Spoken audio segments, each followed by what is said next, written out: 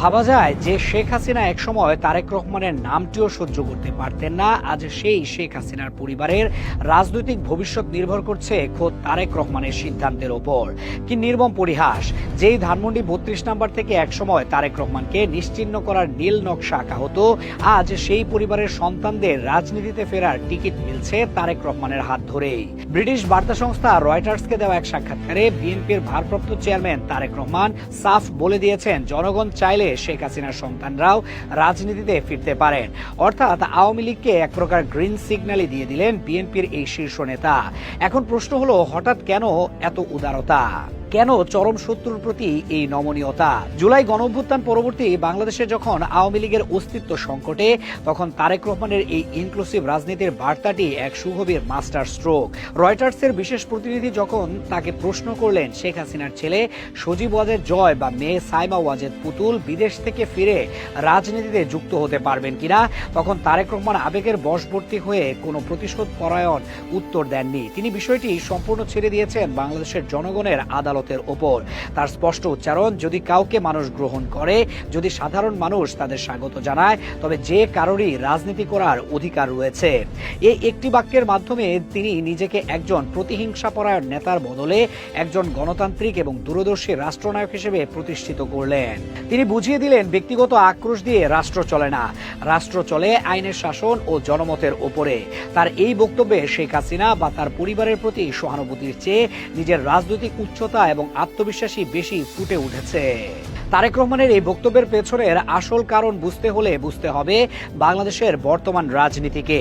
সাধারণ মানুষ মনে করতে পারে এটি বিএনপি নেতার মহানুভবতা, কিন্তু এর নেপথ্যে রয়েছে নিরেট ভোট ব্যাংকের হিসাব নিকাশ। বর্তমানে বিএনপির প্রধান প্রতিদ্বন্দ্বী হিসেবে মাঠে সাংগঠনিকভাবে অত্যন্ত শক্তিশালী অবস্থানে রয়েছে জামায়াতে ইসলামী। গত ১.৫ দশকে আওয়ামী লীগের শাসনামলে জামায়াত যতটা কোণঠাসা ছিল, ৫ আগস্টের পর তারা ঠিক ততটাই দাপটের সাথে ফিরে এসেছে এবং মাঠ দখলে বেশ সুবিধাজনক অবস্থানে রয়েছে। এই পরিস্থিতিতে জামায়াতকে এককভাবে মোকাবেলা করা এবং নির্বাচনে নিরঙ্কুশ সংখ্যাগরিষ্ঠতা অর্জনের জন্য বিএনপির প্রয়োজন একটি বিশাল এবং সলিড ভোট ব্যাংক। বিভিন্ন জরিপ বলছে, আওয়ামী লীগের যে বিশাল ঐতিহ্যবাহী ভোটার গোষ্ঠী রয়েছে, তারা এখন নেতৃত্বহীন, ভীত সন্ত্রস্ত এবং চরম হতাশ। এই ভোটাররা জামায়াতের উত্থানকে সহজভাবে নিতে পারছে না। ঠিক এই জায়গাতেই বিএনপি এক বড় দান চেলেছে। তারেক রহমান বুঝতে পারছেন, আওয়ামী লীগের ভোটাররা শেষ পর্যন্ত মন্দের ভালো বা সেকুলার স্পেস ধরে রাখার স্বার্থে জামায়াতের চেয়ে বিএনপিকে বেশি নিরাপদ মনে করবে এবং ব্যালট বক্সে ধানের শীষেই সিল মারবে। মির্জা ফখরুল ইসলাম আলমগীর কিছুদিন আগে প্রকাশ্যে ঘোষণা দিয়েছিলেন, ভালো আওয়ামী লীগারদের কোনো ধরনের হয়রানি করবে না বিএনপি। আর এখন তারেক রহমানের এই গ্রিন সিগন্যাল সবই এক সুতোয় গাঁথা এবং পূর্ব পরিকল্পিত। মাঠের রাজনীতিতে আরেকটি দৃশ্যমান পরিবর্তন হলো আওয়ামী লীগের তৃণমূল এবং মধ্যম সারির নেতাকর্মীদের দলবদল। বিগত ১.৫ বছরে মামলার খড়গ এবং আন্তর্জাতিক কোণঠাসা অবস্থা থেকে বাঁচতে অনেক আওয়ামী লীগ নেতাকর্মী ইতোমধ্যেই বিএনপিতে যোগদান করেছেন। বিএনপিও কৌশলগত কারণে বাস্তবতা মেনে নিয়ে এদের সাদরে গ্রহণ করেছে। এর মাধ্যমে দুটি লক্ষ্য অর্জিত হচ্ছে। প্রথমত, স্থানীয় পর্যায়ে আওয়ামী লীগের সাংগঠনিক শক্তিকে পুরোপুরি নিষ্ক্রিয় করে দেওয়া এবং তাদেরকে বিএনপির ছায়াতলে নিয়ে আসা। দ্বিতীয়ত, জামায়াত শিবিরের বিপরীতে নিজেদের সাংগঠনিক ভিত্তিকে আরো মজবুত করা। অর্থাৎ সাপও মরবে, লাঠিও ভাঙবে না। তারেক রহমান ঠিক এই নীতিতেই এগিয়ে যাচ্ছেন। রয়টার্সকে দেওয়া সাক্ষাৎকারে তারেক রহমান যখন বললেন, যদি কেউ অর্থাৎ আওয়ামী লীগ বা তাদের পরিবার জনগণের কাছে গ্রহণযোগ্য হয়, তবে তাদের রাজনীতি করার অধিকার আছে, তখন তিনি আসলে বিশ্ববাসীকে একটি বার্তা দিলেন। বার্তাটি হলো, বিএনপি একটি গণতান্ত্রিক দল হিসেবে রাজনৈতিক সহাবস্থানে বিশ্বাসী। এটি আন্তর্জাতিক সম্প্রদায়ের কাছে বিএনপির গ্রহণযোগ্যতা বহুগুণ বাড়িয়ে দিয়েছে। বিশেষ করে পশ্চিমা বিশ্ব যখন বাংলাদেশে একটি সুষ্ঠু এবং অংশগ্রহণমূলক নির্বাচনের দিকে তাকিয়ে আছে, তখন প্রধান বিরোধী নেতার মুখে এমন সহনশীল বক্তব্য তার ভাবমূর্তি উজ্জ্বল করবে। নির্বাচনী জোট ও সরকার গঠন নিয়েও তারেক রহমান অত্যন্ত স্পষ্ট অবস্থান পরিষ্কার করেছেন। জামায়াত ইসলামের সঙ্গে ঐক্য সরকার গঠনের কোনো সম্ভাবনাই তিনি দেখেন না। তার যুক্তি অত্যন্ত ধারালো, যিনি আমার রাজনৈতিক প্রতিপক্ষ, তার সঙ্গে আমি কিভাবে সরকার গঠন করতে পারি, তাহলে সংসদে বিরোধী দল কে হবে? এই বক্তব্যের মাধ্যমে তিনি নিশ্চিত করলেন, আগামী নির্বাচন নির্বাচনে বিএনপি একাই সরকার গঠন করতে চায় এবং সংসদে একটি শক্তিশালী বিরোধী দলের উপস্থিতিও কামনা করে। এটি জামায়াতের প্রতি একটি প্রচ্ছন্ন বার্তাও বটে। বিএনপি আত্মবিশ্বাসী যে নির্বাচনে ৩০০ সংসদীয় আসনের ২/৩ বেশি আসনে তারা জয়লাভ করবে। বর্তমানে ২৯২টি আসনে বিএনপির প্রার্থীরা প্রতিদ্বন্দ্বিতা করছেন এবং বাকি আসনগুলোতে তাদের জোট শরিকরা লড়ছেন।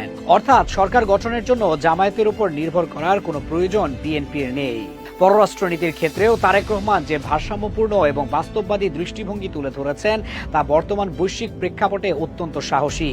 নির্বাচনে জয়ী হলে ভারত থেকে সরে গিয়ে চীনের দিকে ঝুঁকবেন কিনা এমন প্রশ্নের জবাবে তিনি আবেগের চেয়ে জাতীয় স্বার্থকে প্রাধান্য দিয়েছেন। তিনি স্পষ্ট করেছেন বাংলাদেশের প্রায় 17.5 কোটি মানুষের অর্থনৈতিক প্রবৃদ্ধি ত্বরান্বিত করার সক্ষমতা রয়েছে এমন অংশীদারদের প্রয়োজন। এখানে একটি বিষয় খুবই পরিষ্কার, বাংলাদেশ আর কোনো নির্দিষ্ট পরাশক্তির পুতুল হতে চায় না। আমরা দেখেছি মার্কিন যুক্তরাষ্ট্র এবং ইসরায়েল কিভাবে মধ্যপ্রাচ্যে একের পর এক রাষ্ট্রকে ধ্বংস করেছে, কিভাবে তারা মানবতার বিরুদ্ধে গিয়ে আগ্রাসন চালিয়েছে। ফিলিস্তিন থেকে শুরু করে লেবানন সর্বত্রই তাদের নগ্ন হস্তক্ষেপ। এমন পরিস্থিতিতে বাংলাদেশ যদি অন্ধভাবে পশ্চিমা বা মার্কিন বলয়ে ঢুকে পড়ে তবে তা দেশের সার্বভৌমত্বের জন্য হুমকি হতে পারে। তারেক রহমানের কথায় ইঙ্গিত মিলছে বাংলাদেশ কারো ধামাধরা হয়ে থাকবে না, বরং ইরানের মতো দেশগুলো যেভাবে মার্কিন চাপ ও নিষেধাজ্ঞাকে বুড়ো আঙুল দেখিয়ে নিজেদের মেরুদণ্ড সোজা রেখে এগিয়ে যাচ্ছে, বাংলাদেশও তার নিজস্ব স্বার্থ এবং মর্যাদার ভিত্তিতে পররাষ্ট্রনীতি সাজাবে। যারা বাংলাদেশের স্বার্থ রক্ষা করবে, জুৎসই প্রস্তাব দেবে, বন্ধুত্ব হবে তাদের সাথেই। এটি ভারতের সাথে অহেতুক বৈরিতা নয়, আবার চীনের বা আমেরিকার গোলামিও নয়। এটি হলো আত্মমর্যাদাশীল এক নতুন বাংলাদেশের পররাষ্ট্রনীতি। তরুণ প্রজন্মের কর্মসংস্থান এবং ব্যবসা বাণিজ্য প্রসারের উপর বিশেষ জোর দিয়েছেন তারেক রহমান। তিনি জানেন আগামী দিনের রাজনীতিতে টিকে থাকতে হলে তরুণদের আকাঙ্ক্ষাকে পূরণ করতেই হবে। কেবল ক্ষমতার পট পরিবর্তন দিয়ে ক্ষুধার্ত পেটের সমাধান হবে না। তিনি রয়টার্সকে জানান সরকারে গেলে তাদের প্রথম কাজই হবে তরুণদের জন্য কর্মসংস্থানের ব্যবস্থা করা। দেশে ব্যবসা বাণিজ্য আনতে হবে যাতে নতুন চাকরির সৃষ্টি হয় এবং মানুষ উন্নত জীবনযাপন করতে পারে। তারেক রহমানের এই কথাগুলো প্রমাণ করে তিনি কেবল গদির স্বপ্ন দেখছেন না, বরং অর্থনৈতিক মুক্তির এক রোডম্যাপ তার হাতে রয়েছে। পশ্চিমা দাতা গোষ্ঠী বা IMF এর কঠিন শর্তের বেড়াজালে না আটকে দেশের অভ্যন্তরীণ উৎপাদন এবং নতুন বাজার সৃষ্টির দিকেই তার নজর। তিনি এমন এক বাংলাদেশ গড়তে চান যেখানে যুব সমাজকে জীবিকার জন্য সাগরে ডুবে মরতে হবে না, বরং দেশেই তাদের মেধার মূল্যায়ন পাবে। তারেক রহমানের এই সাক্ষাৎকার এবং সাম্প্রতিক পদক্ষেপগুলো প্রমাণ করলো বিএনপি এখন রাষ্ট্র পরিচালনার জন্য প্রস্তুত একটি পূর্ণাঙ্গ সরকার কাঠামো। শেখ হাসিনার সন্তানদের রাজনীতিতে ফেরার বিষয়ে তার ইতিবাচক মন্তব্য আদতে আওয়ামী লীগের সাধারণ সমর্থকদের আশ্বস্ত করার একটি বড় পদক্ষেপ, যাতে তারা ভয় পেয়ে জামায়াতের দিকে না ঝোঁকে বা নির্বাচন বর্জন না করে, বরং তারা যেন ভরসা পায় যে বিএনপির আমলে অন্তত তাদের অস্তিত্ব বিলীন হয়ে যাবে না।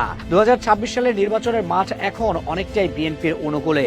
জরিপে তারেক রহমানের জনপ্রিয়তা এবং আওয়ামী লীগের ভোটারদের বিএনপির দিকে ঝুঁকে পড়ার প্রবণতা সব মিলিয়ে এক নতুন সমীকরণ তৈরি হয়েছে। তবে জামায়াত যেভাবে নীরবে মাঠ গুছিয়ে নিচ্ছে তা শেষ পর্যন্ত এই সমীকরণে কোনো পরিবর্তন আনে কিনা তা দেখার বিষয়। কিন্তু তারেক রহমান নিজেকে একজন পরিপক্ক রাজনীতিবিদ হিসেবে প্রমাণ করতে সক্ষম হয়েছে।